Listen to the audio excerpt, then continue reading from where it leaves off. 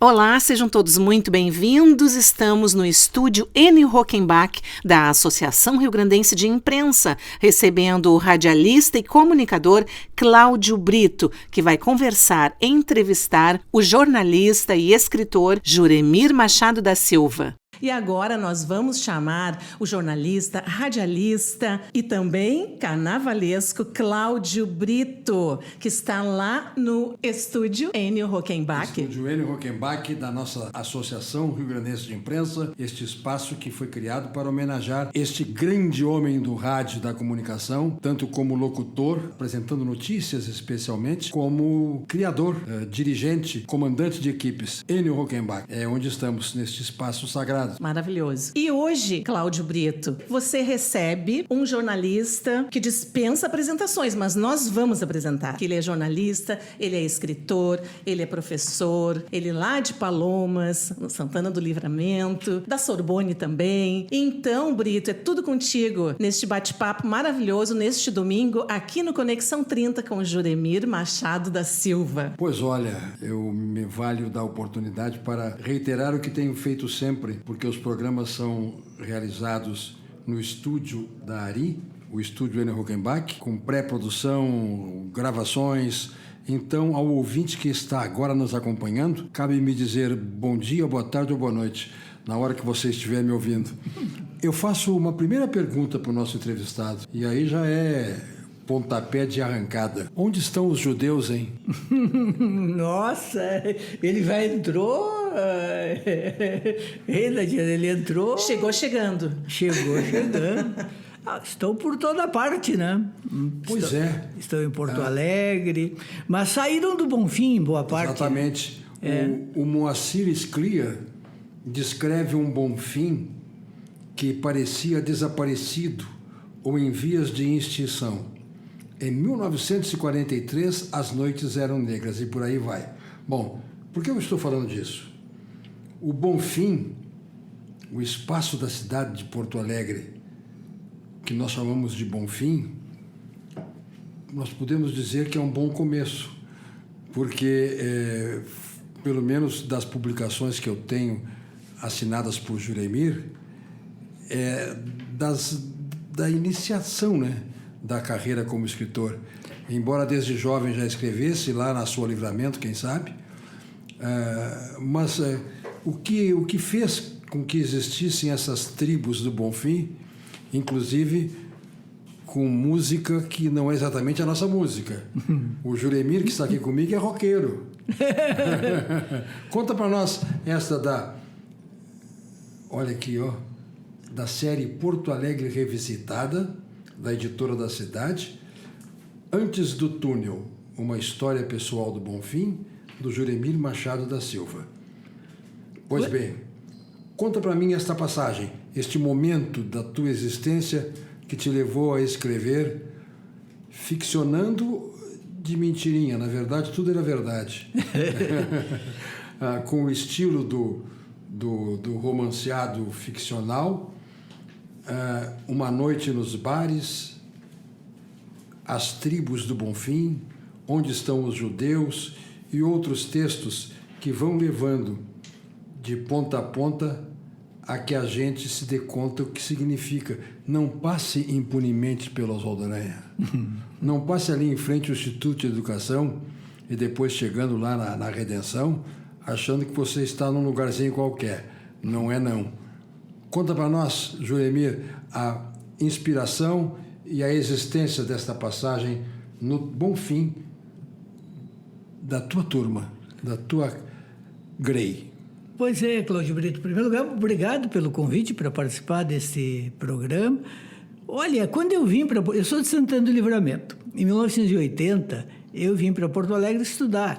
Era muito comum na época, porque ainda não havia universidades por toda parte, como tem agora, e também não havia cursos, faculdades à distância, online e tudo mais. Então, normalmente, quem vivia em cidades do interior saía ou para Pelotas, ou para Santa Maria, ou Porto Alegre. Então, eu, como queria ser jornalista, Eu disse, olha, vou ter que sair de casa, vou sair logo para Porto Alegre, que vai me dar mais oportunidades de ser um jornalista com espaço. Eis uma resposta, ainda que eu não tivesse perguntado e deveria tê-lo feito. Você já saiu de Santana do Livramento com o jornalismo na cabeça. Ah, sim. Era o que você queria. Sim, eu saí de lá já com a inscrição no vestibular. Porque chama atenção, todo mundo, você é médico, você é engenheiro, você é isso, você é aquilo. Alguém que já tem o sonho do jornalismo e vem em busca da formação da carreira, meus parabéns. Para mim foi bem simples. Eu tinha 8 anos de idade na Copa do Mundo do México de 1970. E a gente morava na época em Palomas, zona rural. E lá a gente escutava a Rádio Guaíba. Então, ouvindo aqueles caras, Lauro Quadros e tal, eu pensei, isso que eles fazem é espetacular. Eu não ouvia gaúcha, viu? Na época era a Guaíba que mandava. Tu estás tocando num ponto que eu, sendo esta uma casa de jornalistas, tenho até que recordar. Copa de 74, depois bem próximo da de 78 na Argentina, a liderança da Guaíba era tamanha que a Rádio Gaúcha chegou a parar com o esporte. A Rádio Gaúcha não fazia mais programa de esporte. E aí surge um gênio, Cândido Norberto. Grande Cândido, trabalhei com ele. Ele cria o programa Sala de Redação. Sucesso espetacular. Dando-lhe o nome na seguinte circunstância. Havia um programa que era dele, da 1 às 2, ou das 11 às 2, transmitido lá do Morro Santa Teresa, quando a rádio era junto com a TV. E não tinha esporte, a não ser 2 participantes. Valtair Santos com as notícias do Inter e este que vos fala com as notícias do Grêmio. E eu tinha uma missão, eu passava na Ipiranga, na sede da Zero Hora, ia na mesa do Lauro Schirmer e pegava a Zero Hora, recém-saída da rotativa, e levava para o morro. Chegava lá, botava na mesa do Cândido, olha, está aí a Zero Hora, etc. Certa feita, eu fiz isso e o Cândido Norberto disse assim, ô Breto, me trazendo o jornal de ontem? Como o jornal de ontem, Cândido? Passei ali agora, peguei com o Lauro, faz meia hora que eu peguei ali na Ipiranga. Pois então, eles fecharam o jornal às 6 da tarde, rodaram às 9 da noite, tu tá 12 horas depois me entregando. Aí ele diz, aí que está, a genialidade vem até aí. Pois a partir de amanhã eu vou para a sala de redação e vou fazer de lá o programa. O nome tem a ver com este gesto do Cândido. Bela história. Realmente, ele desce para Ipiranga, o saudoso Almes Aquino, com um rolo de fio de 100 metros, não existia microfone sem fio, acompanhava a caminhada do Cândido, ele ia, ô Lauro, qual é a manchete de amanhã, Lauro? E conversava com o pessoal da redação, né? Sim.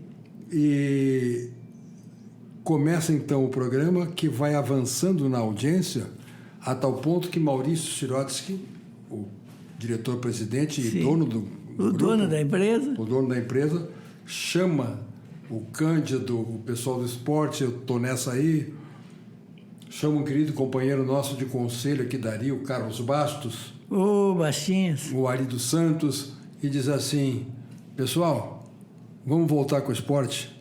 Vamos voltar com o esporte que está dando audiência, está dando certo, e aí volta.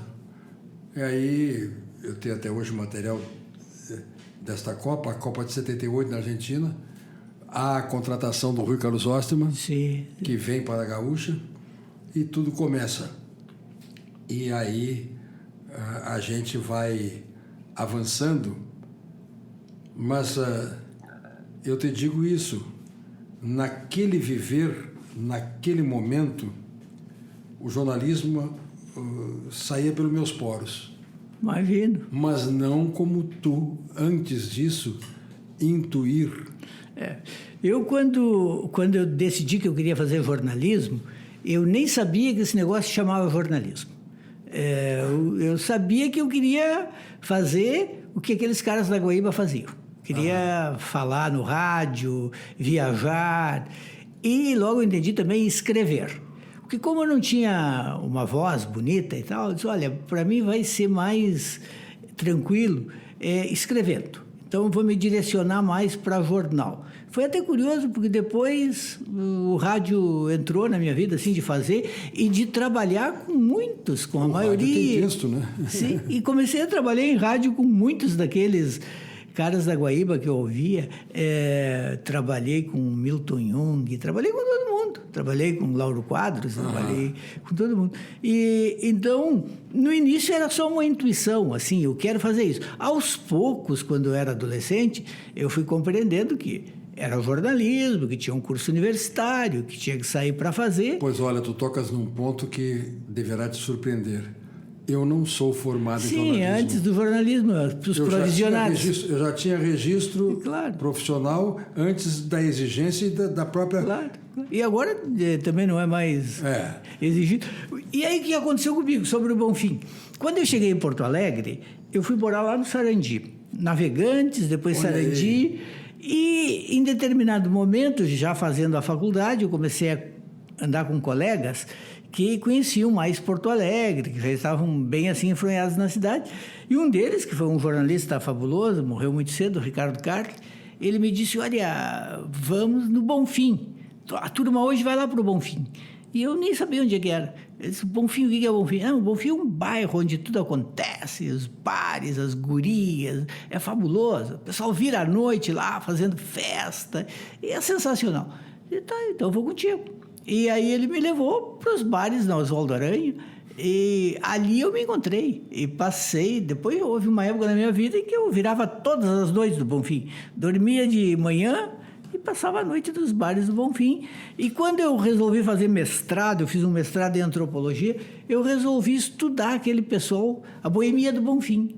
E na época tinha isso, essa ideia de que existiam pequenas comunidades, que essas comunidades formavam o que um sociólogo francês chamava de tribos urbanas, Michel Maffezoli.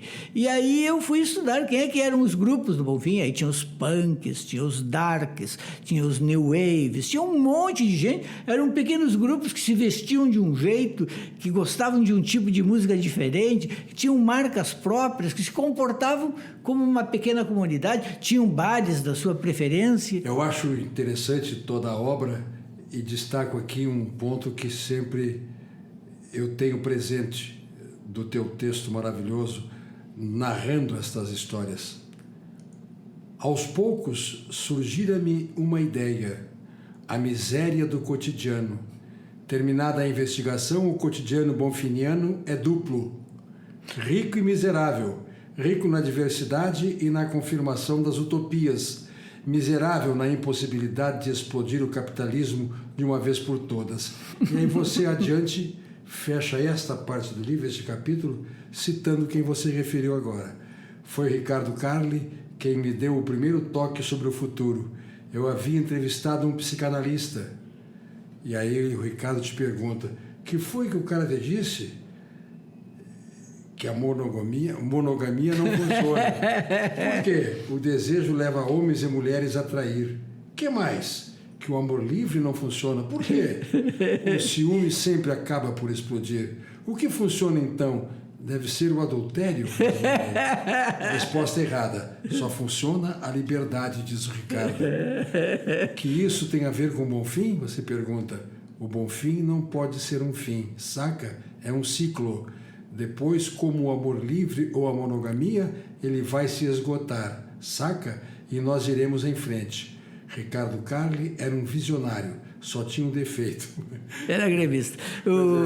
O Ricardo Carli era um boêmio mesmo, e um grande leitor. Foi repórter da Zero Hora. Quando ele morreu, quando ele se acidentou, ele ainda era repórter da Zero Hora. Era uma grande figura, e um cara que tinha militado, acho que na Libelu, e depois era mais um anarquista mesmo do que um militante. Ele não tinha disciplina para militância, mas era um cara muito inteligente e muito culto.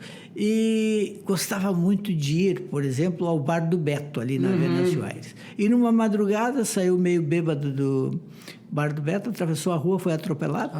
Nunca se soube quem atropelou, e ele ficou inválido muitos anos. E depois faleceu. Era uma grande figura. Já houve assim um lampejo de observação política. o que é muito forte no Juremir, e eu vou buscar isto logo depois do intervalo. Tá certo? Fazemos um intervalo agora e depois Leonel Brizola, João Goulart, Jânio Quadros, legalidade, vozes da legalidade, política e imaginário na era do rádio. Fundamental esta chamada já no subtítulo da obra do Juremir, lendo o que aconteceu em 61. A legalidade, quando Brizola quis sustentar o poder para que o Jango assumisse a presidência da República. Porque a legalidade, que era o mote, era a provocação, chamando a atenção para que estava sendo rompida a legalidade com o que se pretendia fazer, e fizeram, inclusive, mudando o regime jurídico das presidências e tudo mais, pois o Brizola reuniu-se com a Rádio Guaíba, tomou conta da Rádio Guaíba e, a partir daquilo, criou uma cadeia de rádio. Mas tu vais precisar contar a tua participação na legalidade, porque eu vi um vídeo da época sensacional com o teu depoimento sobre o que aconteceu para ti, que era um adolescente, na época da legalidade. Pois é. A rede da legalidade foi como o Brizola nominou, e ficou sendo o próprio capítulo histórico, a legalidade. O que é a legalidade? Pois vamos saber logo depois do intervalo. Por favor, Guilherme, vamos ao intervalo e já voltamos com o Juremir sobre vozes da legalidade. Retornamos bem, porque quando eu falei do túnel do Bonfim, já se tratava do Juremir adolescente, universitário, pré-jornalista, e agora eu vou falar do Juremir que se criou, nasceu e ouviu as primeiras canções Avante brasileiros de pé. Unidos pela liberdade. Exatamente, o hino da legalidade. Juremir, eu quero te dizer isso, até tu fizeste a referência aí à minha condição de testemunha desse período.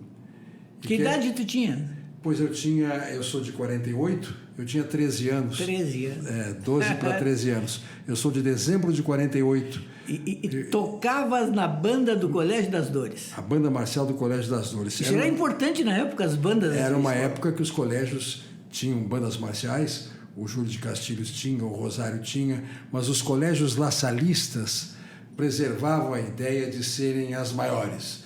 Nós tínhamos as Dores em Porto Alegre, Colégio Nossa Senhora das Dores, o Colégio São João, em Caxias o Carmo, em Pelotas o Gonzaga, Santo Antônio também em Porto Alegre, São João, Santo Antônio, Dores e depois os dois do interior. E ao modelo da banda marcial dos Fuzileiros Navais. Os Fuzileiros Navais do Rio de Janeiro tinham essa fama até em nível internacional. Constituíram uma banda marcial com... E vocês usavam um uniforme que era uma réplica do uniforme dos fuzileiros. A túnica vermelha e o cap branco de marinheiro, de oficial de marinha, eram itens obrigatórios.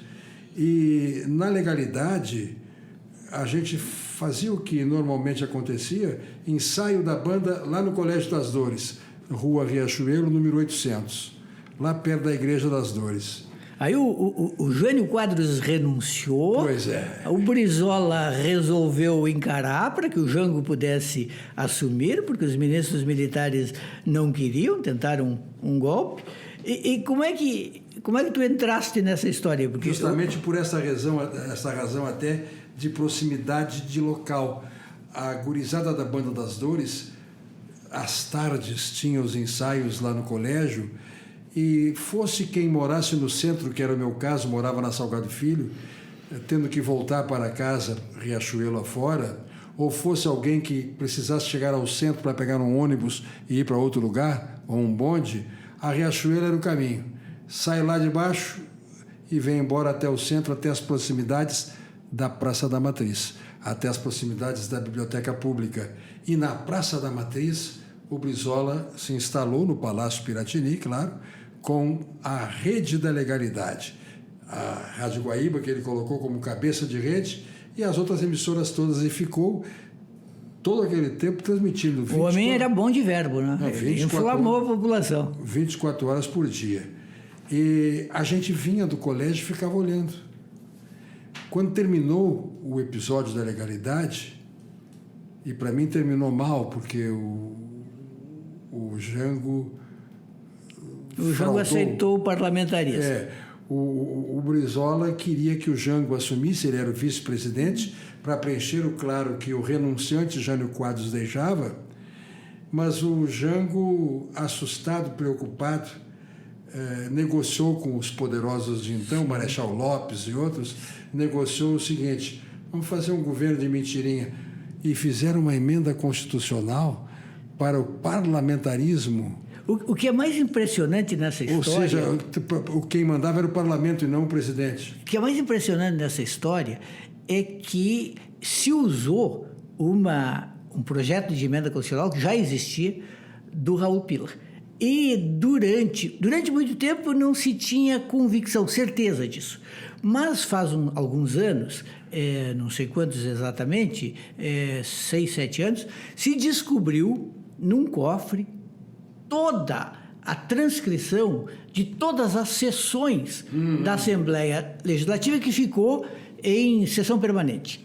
E numa dessas sessões, o Raul Pila contou, e também contou o deputado, que era deputado do Partido Libertador, o Paulo Brossard. Contaram que, quando o Jânio renunciou e que começou a confusão, o Raul Pila se deu conta de que era um bom momento para fazer passar a emenda parlamentarista dele, porque era o mote da vida dele. E até criou uma contradição, porque aqui os deputados do PL, inclusive o Cândido Norberto, estavam dizendo assim: não, nessas condições a gente não quer o parlamentarismo. O Cândido Norberto chegou a presidir a Assembleia. Sim. E até nessa medida, em outra época, né, algumas vezes ocupou o governo do Estado. Sim. E eles estavam ali numa posição até muito bonita, dizendo assim: nós não queremos o parlamentarismo nessas condições, nós queremos muito o parlamentarismo, mas não vamos aproveitar uma oportunidade como essa. Agora o Jango tem que tomar posse com seus plenos poderes.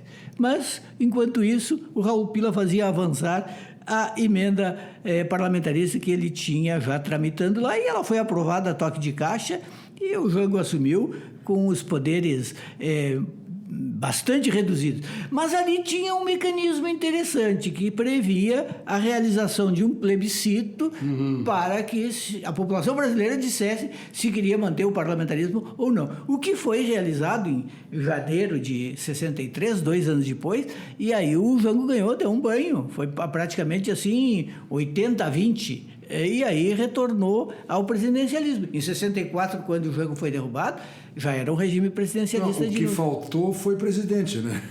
O presidencialismo voltou, mas o presidente não. Eu sempre digo o seguinte, Brito: se eu tivesse 18 anos que fosse, em 1961, eu teria ficado ao lado do Brizola, porque o Brizola era incandescente, era vamos pro pau, vamos enfrentar. Mas o Jango era outra personalidade. O Jango era uma personalidade mais assim, era fogo e ar. Era, não, vamos negociar, vamos contemporizar, vai ter, de repente, muita morte. Solução parlamentarista, Solução parlamentarista. É o capítulo 19 do livro Vozes da Legalidade, do Juremir, que está aqui conversando com a gente para a Rádio Universidade, para a Rádio FM Cultura, tudo através do nosso ambiente de podcast aqui na nossa Rádio da Ari. A Rádio da Ari vem aí, hein? Setembro traz uma brisa. A fervura política, porém, continua. A Folha da Tarde noticia o desembarque de fuzileiros navais em Laguna e em Bituba. Prepara-se uma greve geral como resposta a uma provável guerra civil. Leonel Brizola diz na Folha da Tarde, abre aspas, mudar o regime agora é suprema degradação.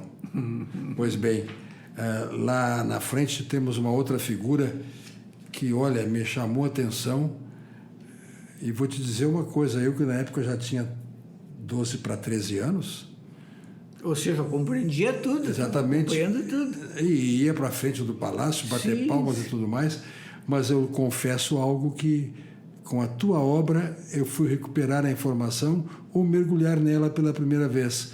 O papel de Dom Vicente Scherer. Ah, sim, também. O nosso cardeal arcebispo, que na época não era cardeal, era só arcebispo. Isso. Dom Vicente Scherer, severo crítico da política externa de Jango, ele era um crítico do Jango, que depois de fazer a ponte entre Machado Lopes e Brizola, o general Machado Lopes, que queria o pescoço do Brizola, o Dom Vicente Scherer teria feito a ponte entre ambos para evitar o mal maior. Disse Dom Vicente Scherer para Neuza Brizola, a primeira-dama, estar pronto, a avó da Juliana, estar pronto para proteger o palácio com o próprio corpo, mas não gostara de ver sua determinação noticiada pela rede da legalidade, explicando muitos anos depois que dissera estar pronto a sentar na frente do palácio, por não acreditar no ataque, o que se transformou rapidamente em o arcebispo sentou-se na frente do palácio para esperar o ataque. Notícia publicada até no sisudo jornal da direita francesa, Le Figaro. Olha só. Agora, Brito, tu não terminaste de contar o seguinte: a banda marcial do Colégio das Dores ia fazer uma apresentação em Passo Fundo. Exatamente, bem no fim de semana do 25 de agosto. E não aconteceu a apresentação. Não aconteceu. Porque não tinha clima para isso. Exatamente. Aí nós nos fardamos, entramos nos ônibus para voltar a Porto Alegre. Em Bento Gonçalves, paramos e tocamos. Fizemos lá algo esdrúxulo. Mas aí, mais da metade da turma, eram 5 ou 6 ônibus, fardados com aquela túnica vermelha, cap branco, a mesma roupa dos fuzileiros navais. E quando chegamos em Porto Alegre, essa é a parte boa, perto do Monumento ao Laçador, perto do aeroporto, a delegação é interrompida, os militares vêm fazer uma revista. Pararam o ônibus. E aí, aquele que entrou no ônibus em que eu estava, sai do ônibus, eu vi e ouvi, e reitero, ele grita para um sargento que eu não via. O sargento estava... Ô, sargento, olha só, os fuzileiros navais estão chegando. Os fuzileiros navais iam invadir Porto Alegre de ônibus. Fuzileiros de ônibus e com 13 anos.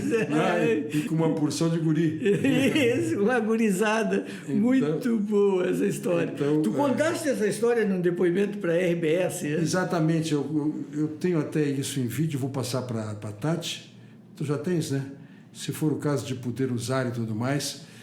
Quando a legalidade fez 50 anos, em 2011, no Bom Dia Rio Grande, a Carla Fachin, inclusive quem conversa comigo, me levaram ao programa, levando para um manequim daqueles de vitrine, manequim, não uma pessoa, um objeto manequim.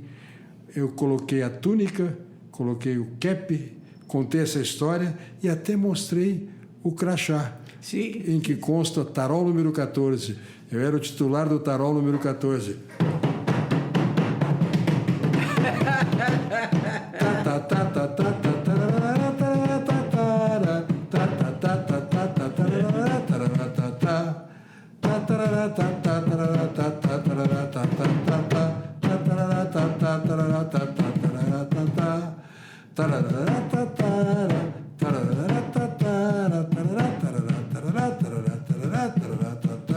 Ou seja, começou cedo o teu interesse por instrumentos de percussão.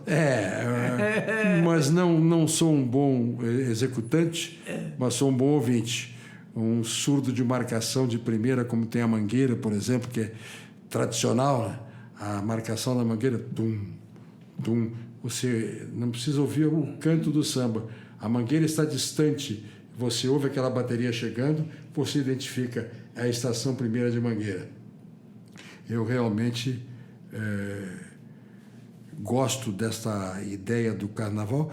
Tu fazes um bom paralelo, uma aproximação muito boa. Eu acho que banda marcial e carnaval liga os sentimentos. E outro dia eu encontrei um parceiro teu de colégio, Antônio Carlos Cortes, querido, que me contou das aventuras de vocês, da parceria de vocês desde muito cedo e da proximidade. Ele me disse assim, ó, para quem não ouvinte aí que possa não conhecer, o Antônio Carlos Cortes é um importante ativista negro, uma pessoa importante. Um dos responsáveis, atenção, é um dos responsáveis pelo 20 de novembro. Sim, ele foi um dos criadores do Grupo Palmares. Exatamente. E que depois redundou no 20 de novembro. E ele estava dizendo o seguinte, que a tua mãe chamava ele de filho e que a mãe dele te chamava de filho. Exatamente. Então, próximo que vocês... Nós éramos próximos, inclusive, de endereço, tanto ele como eu morando na rua Riachuelo, perto do colégio.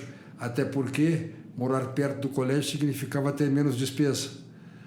E o Cortes é uma figura querida, fantástica, trabalhou comigo também em coberturas carnavalescas e é muito respeitado.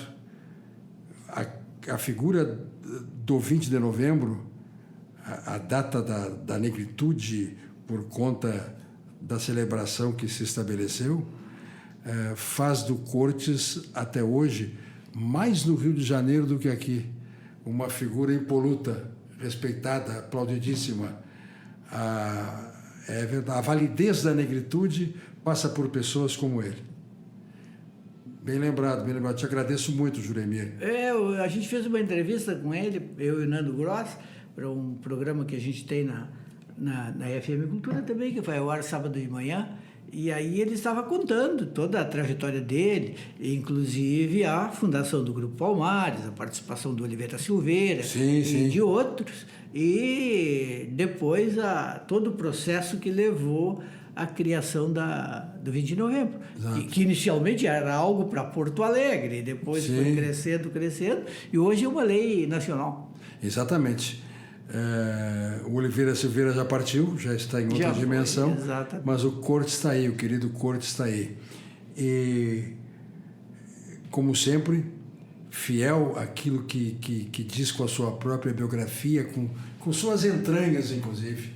A questão da negritude, ele mergulhou no carnaval com este viés. Este é um detalhe, ele não é um sambista arrebatado que sai atrás de uma bateria para cantar e rebolar apenas, não.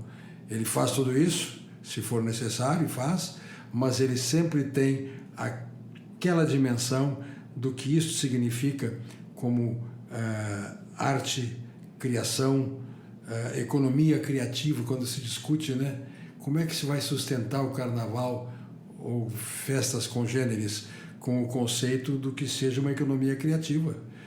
Quanto preparar, custear, dar emprego para se ter uma escola de samba. Agora, Brito, fiquei curioso o seguinte, com os teus 13 anos, depois de voltar de Passo Fundo, de tirar o uniforme da banda marcial... De Passo Fundo, não. De Bento Gonçalves. De Passo Fundo, Bento Gonçalves, Porto Alegre. Tu foste para a Praça da Matriz? Foste lá apoiar o Brizola? O tempo inteiro. A praça lotada. Eu digo sempre, e já contei essa história, repeti-la é dever contigo. Honestamente, eu não posso deixar de fazer essa referência. O meu pai, meu falecido pai, José Correia Brito, o meu pai era de direita, era fã do Meneghetti, do Milton Meneghetti. Claro. Walter Peraque de Barcelos, eram os políticos que meu pai admirava.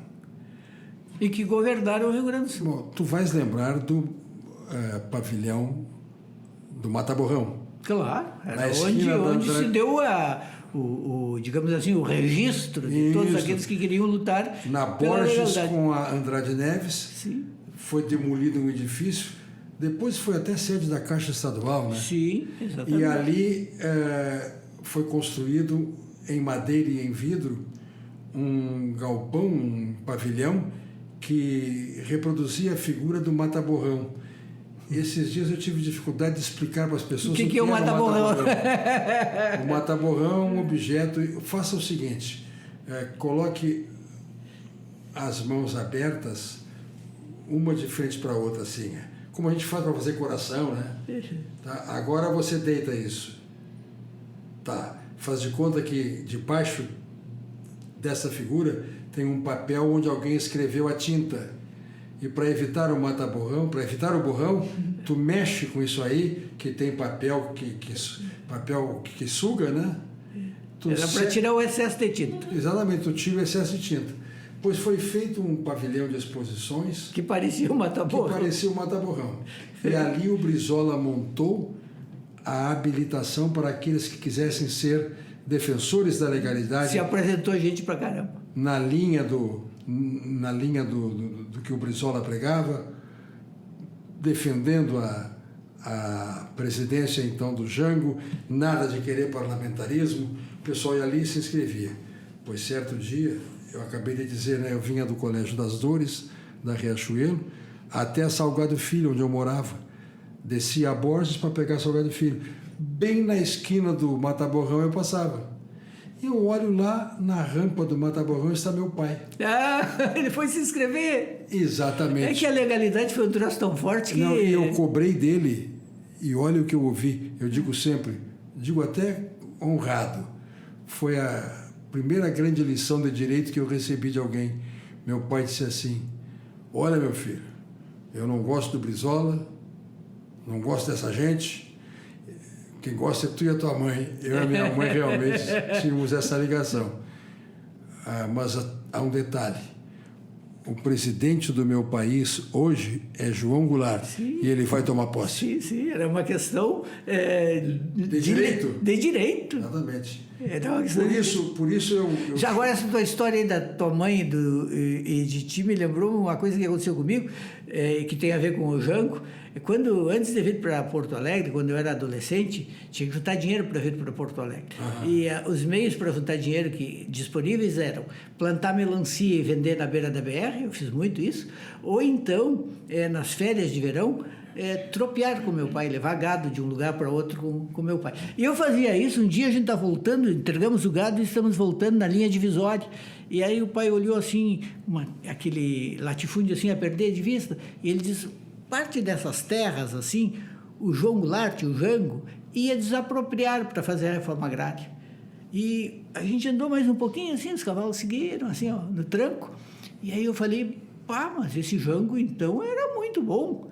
E meu pai andou mais um pouco, assim, olhou para mim e disse: eita, guri, vai ser comunista.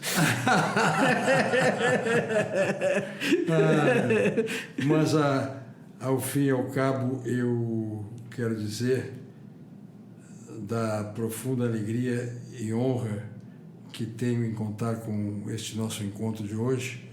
A Tatiana, que está aqui com a gente, que é responsável, uma das responsáveis por esse trabalho todo, ela sabe que eu comuniquei a ela a vontade que eu tinha de te entrevistar e fiz isso... Fiquei honrado. E fiz isso com a prova provada que tenho aqui, lendo Trouxe os teus livros. Exatamente. Não, eu lendo os livros. Muito obrigado. E vou te explicar o que agora vou te perguntar. Eu fui procurar, e até encontrei, em Vozes da Legalidade, algo muito parecido com o que o senhor Donald Trump andou fazendo aí pelo mundo, está fazendo com o Maduro e outros tais. Porque os americanos estão absolutamente, eu ia dizer por baixo, não, vou dizer no miolo, à frente da manobra que se fez para, iludindo a todos, dar posse a um presidente pela metade, que era o presidencialismo com o parlamentarismo. E aí eu me arvorei a ter relendo, porque eu já li desde que o livro foi publicado, ter relendo, me caiu a ficha. Digo, mas vem cá, é a mesma coisa que o Donald Trump está fazendo, eles fizeram então. Os Estados Unidos já praticaram muita intervenção em países da América do Sul. E houve uma época em que essas intervenções eram vistas quase, entre aspas, como naturais. Faziam mesmo, toda hora faziam. Tu és de Santana do Livramento, deve ter visto isso bem de perto. Eu me lembro bem de um momento, meu pai era cabo da Brigada Militar. Uhum. E meu pai chegou a estar mobilizado para uma invasão que o Brasil cogitou de fazer ao Uruguai para resgatar aquele cônsul que tinha sido sequestrado lá no Aloysio Dias Gomide, tinha sido sequestrado lá. Então era mais ou menos da regra do jogo. Agora, claro que não era a regra do jogo, mas as intervenções aconteciam. Agora, nessa do Trump, eu vou te contar, te confessar que eu fiquei arrepiado, pensando assim, não é possível, em 2026 ainda é possível invadir um país soberano e sequestrar o presidente e se apropriar, dizer agora nós vamos gerir as riquezas do país.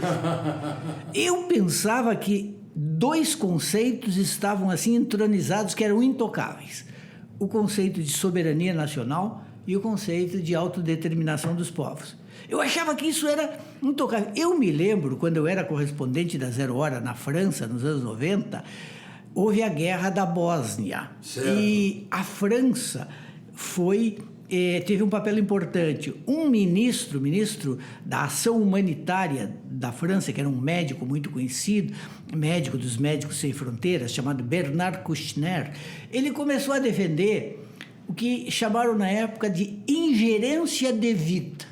Olha aí. Que naquela situação em que estava havendo uma limpeza étnica, um massacre, que os países democráticos tinham que interferir, tinham que intervir, tinham que deixar de lado a soberania nacional e ir lá porque era uma ingerência devida.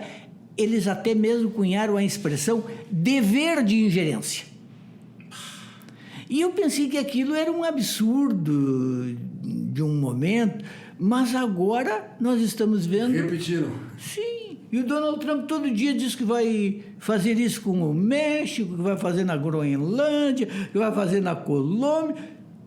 E eu fico me lembrando daquela expressão do futebol, do Galvão Bueno. Pode isso, Arnaldo? Eu digo, pode isso, Cláudio? Tu que és um jurista. Não pode. Não pode, não pode. Assim... Autodeterminação de uma nação, o domínio daquilo que está no âmbito do seu território, aquilo lhe pertence, ninguém pode tomar. Olha só Tanto é que, veja só, criaram a ONU e a OTAN para cuidar disso. Sim. E é a decadência, é o fim da ONU, é o fim da OEA. E a OTAN também, a Organização do Tratado do Atlântico Norte, essas entidades criadas reunindo vários países para preservar o que nós estamos vendo não estão preservando.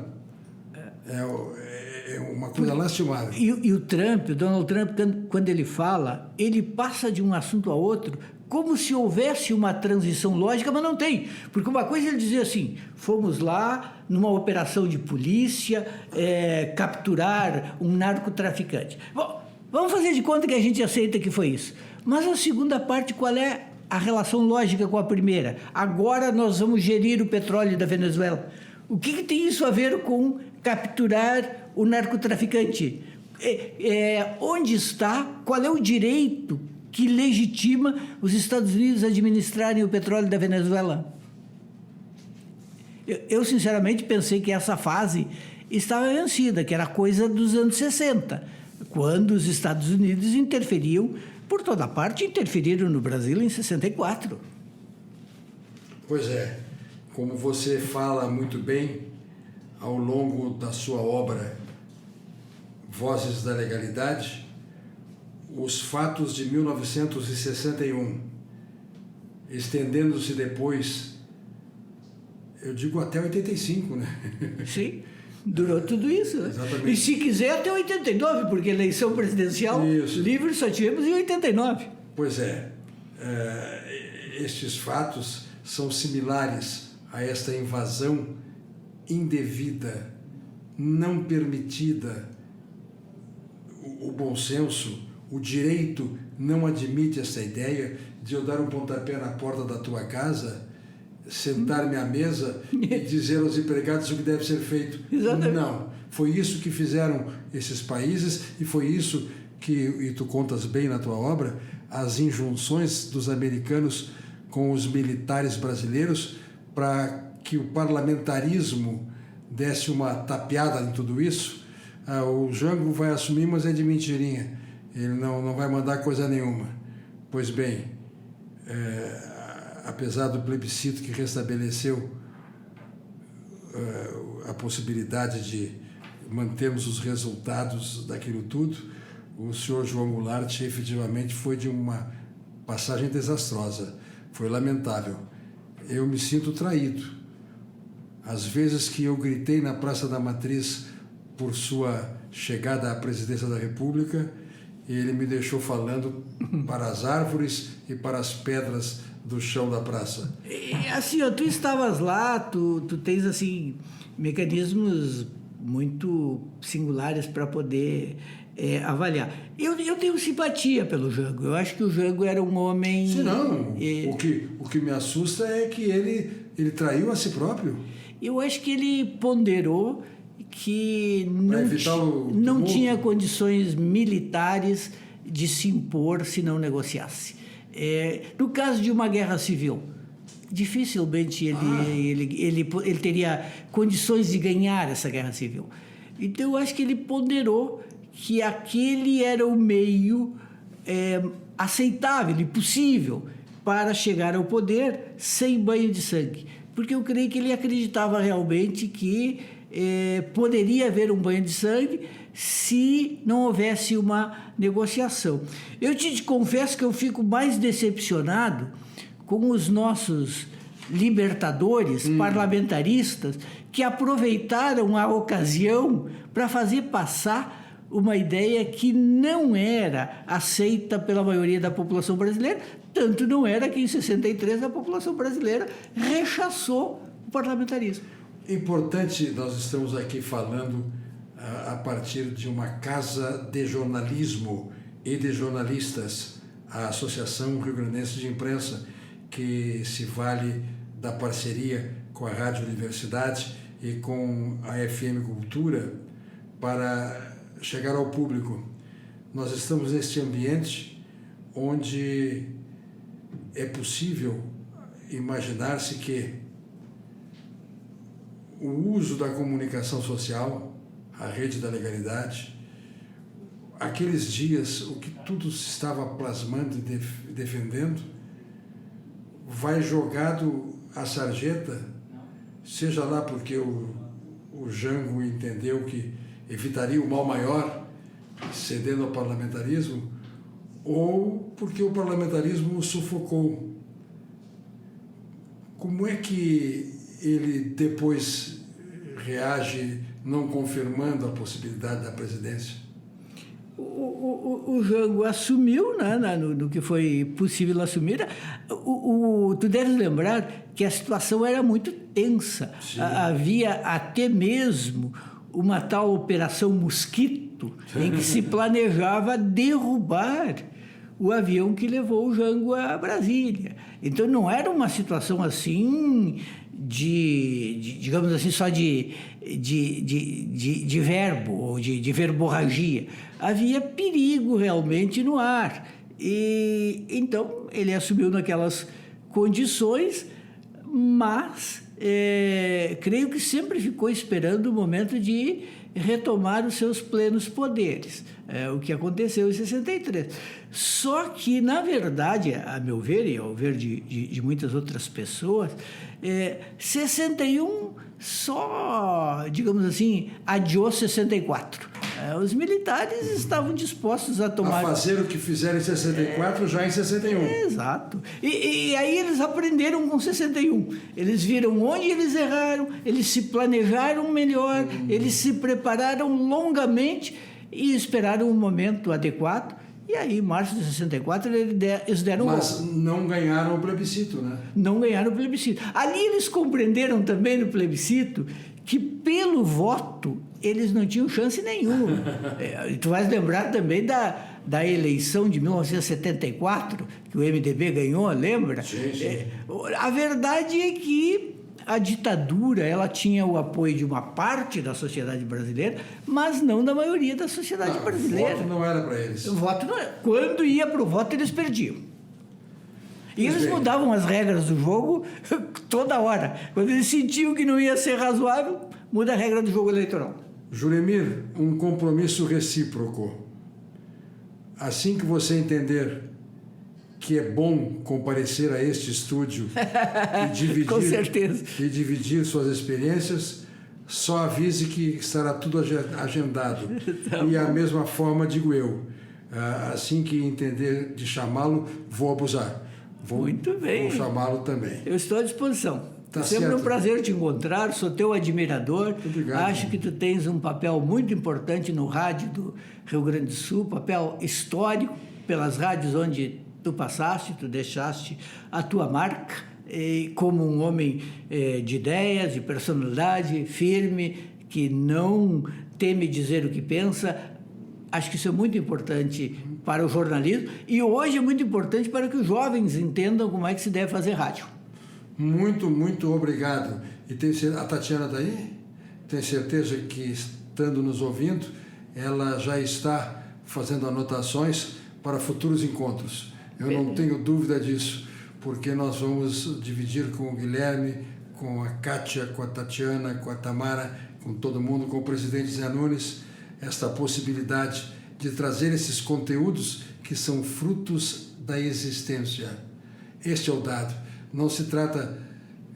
Que grande ficcionista nós temos diante de nós, pelo texto que tem, pela conjugação das ideias, mas ele teme em ser realista e contar aquilo que viveu. O Juremir Machado da Silva, obrigado e, como eu gosto de dizer, ABC da ternura. Abraço, beijo, carinho. Valeu, um grande abraço. Muito bom, Brito. Beleza.